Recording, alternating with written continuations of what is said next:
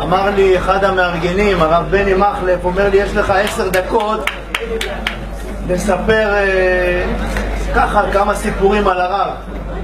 אז אני אומר לכם ש10 חודשים לא יספיקו, לא 10 דקות. אתם תשבו כאן כל הלילה עד תפילת שחרית.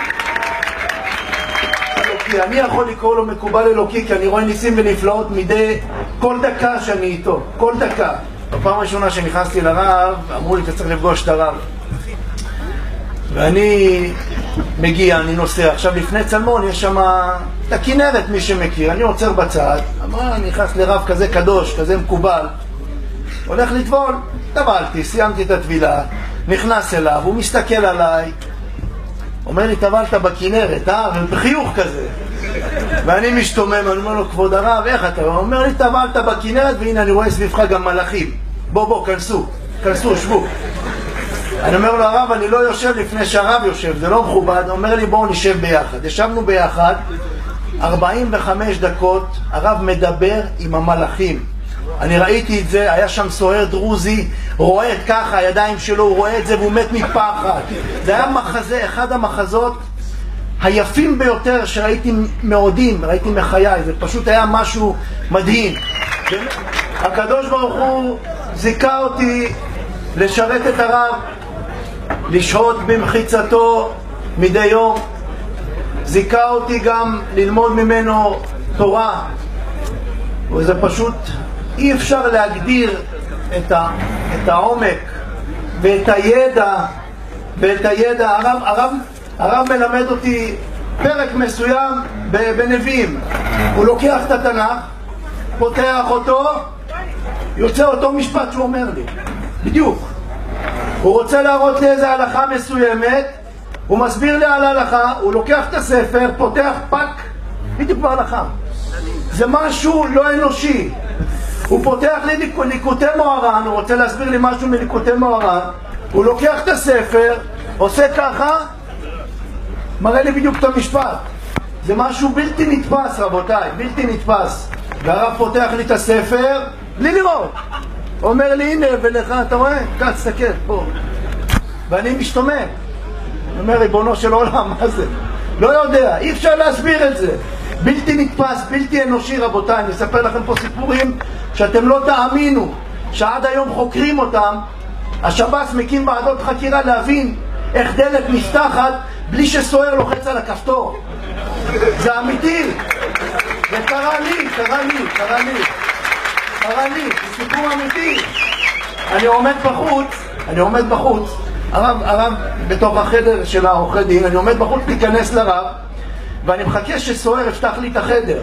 יש כזה דלת ברזל, וזה הכל, מי שמבין, זה במעגל סגור. זאת אומרת, אם דלת אחת פתוחה, אי אפשר לפתוח דלת נוספת בכל האגף, אין דבר כזה. חייב לנעול דלת, לפתוח דלת. ואני מסתכל, אומר לו, הרב, הסוער לא פה, הוא הלך כנראה, לא יודע. אומר לי, מה הבעיה? תדחף. אני דוחף, אין כלום. אומר לי, אמרתי לך, תדחף. אני דוחף. דלת שוקלת אולי טונה. נפתחת. מגיע הסוער, אומר לי, איך נכנסת? אני אומר לו, מה זה איך נכנסתי? דחפתי את הדלת, מדליק את המצלמות. אומר, איך יכול להיות? קורא לקצין שלו, קורא למודיעין, לא מבינים מה קורה. אני אומר לרב, הרב, הוא אומר לי שהתבלבלו, לא משנה, לא נורא, הכל בסדר.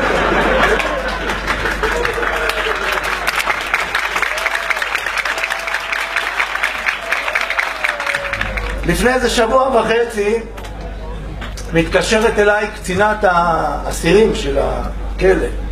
עורך דין דמרי, תבוא, אני צריכה לדבר איתך. אני בא, אומרת לי, תקשיב, אני לא מבינה, אתה בטוח שהרב נורמלי? אני אומר לה, יותר ממך. מה השאלה?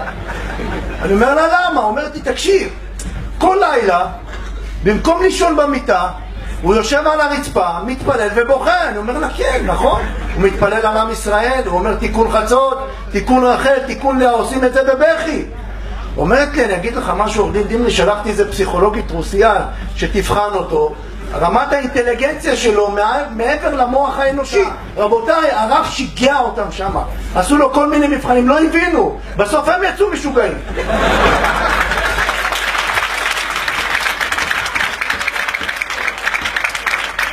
יום אחד אני מגיע לשם, קורא לי מפקד הכלא, אומר לי בוא תסתכל משהו במצלמות. הם מסתכלים הרי סביב הרב, יש לו כל הזמן הילה מסביבו. הם לא מבינים מה זה, חשבו שיש להם איזה, אמיתי, חשבו שיש להם בעיה במצלמות. עכשיו במצלמות של הכלא הם באיכות מאוד גבוהה, אז רואים סביב הרב הילה מסביב, זה אמיתי, רואים הילה מסביבו. מפקד הכלא אומר לי, אני אומר לו רבותיי, זה הילה, זה יהודי צדיק שלומד כל היום תורה, זה יהודי צדיק שכל היום מתפלל לעם ישראל, זה הילה רבותיי. המפקד הכלא הדרוזי, הוא בא נשק לו את היד, הקצינים שמה משתחווים לפניי. יום אחד אני מגיע לשם, אני ועוד עורך דין מהמשרד שלי, אנחנו מגיעים, נכנסים לכבוד הרב, מנשקים לו את היד, יושבים, שרים איתו, הוא מאוד מאוד אוהב לשיר, הרב מאוד אוהב לשיר. איך שאנחנו מתחילים את הפגישה, שרים איתו, שרים ורוקדים. אמר לי, טוב, עכשיו אתם צריכים להיות האורחים שלי. אמר כבוד הרב, אנחנו יושבים פה בחדר, עכשיו שתבינו, מהחדר עורכי דין לחדר של הרב זה איזה 100 מטר פרוסדור. זה פרוסדור עם מצלמות וסוהרים. אומר לי, בואו אליי לחדר. אני אומר, כבוד הרב, איך אפשר לבוא לחדר? יש פה סוהרים, יש פה מצלמות. הוא לוקח את הטלית שלו, שם על הראשים שלנו ומושך אותם לתוך החדר. אמיתי. היינו אני ועוד עורך דין אצלי מהמשרד. מושך אותנו אליו לחדר. נכנסים לחדר, חדר מלא ספרים, רק ספרים. הרב מזיז ספרים, אומר שבו. אמרתי לו, הרב, מחילה, אני לא יכול, שבו אתם אורחים שלי. מוזג לנו משהו לשתות, מברכים, שרים שירים, הוא אומר, עכשיו קיימתי מצוות הכנסת אורחים. יוצאים החוצה, מגיעים לחדר עורכי דין, פתאום בא בריצה מפקד האגף. איפה הייתם? אני לא רואה אתכם במצלמות, מה קרה? איפה אמרנו לו, אנחנו לחדר של הרב. הוא אומר לי, תשמע, אני לא ראיתי אתכם במצלמות, אתם לא מופיעים לי במצלמות, מה קרה? הרב עומד ומחייך אליו.